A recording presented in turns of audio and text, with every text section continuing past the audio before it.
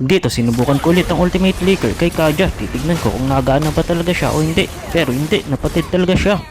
So bawal pala talaga mag ultimate flicker kay Kaja.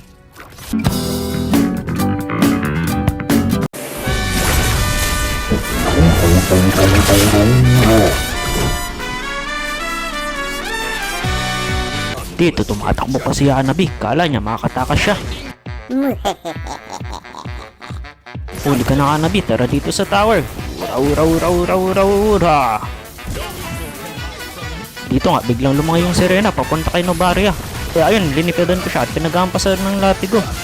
Pero biglang rumesko dito yung dalawa niyang kasama kaya napatay si Novaria. Pero napatay ko rin naman yung Serena. Kaya lang napatay din ako dito ni YSS. Pero dahil doon papatayin siya dito ni Gushun. Hello mga kalaban, nandito na ako. Nandito na ang bida.